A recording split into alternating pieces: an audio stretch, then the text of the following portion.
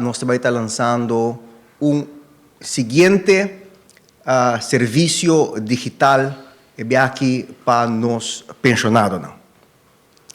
Para que nós escolhe dia 31 de agosto, para sobra amanhã, está cumprir 62 anos com a introduzir na Aruba e tempo é antena holandês, a Lei General de Seguro de Vejez e Algemene Ouderdomsverzekering, AOV. Momento crucial para o bem-estar em nosso país, no momento que apone e promete pedra de fundação de nosso sistema de seguridade social, que depois queda ampliar com a última aquisição na ano 2001 e seguro médico general. Nós somos um país bendicionado, que nós conta com um sistema de seguridade social que cobre diferentes riscos de vida e ajuda os cidadãos no momento mais difícil.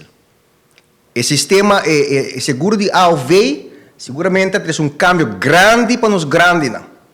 Aí 50, botem a história de caridade, grande não estava depender de caridade para não por existir, sobreviver.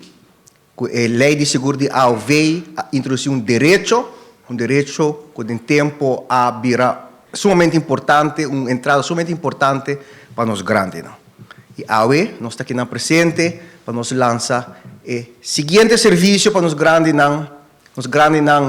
tá de geração como que na geração de ano 50, geração mais digitalizada, mais hábil para serviço digital e por lo tanto nós temos que cumprir também com o grupo aqui e também a demanda de nós pensionados vai aumentar no próximo ano.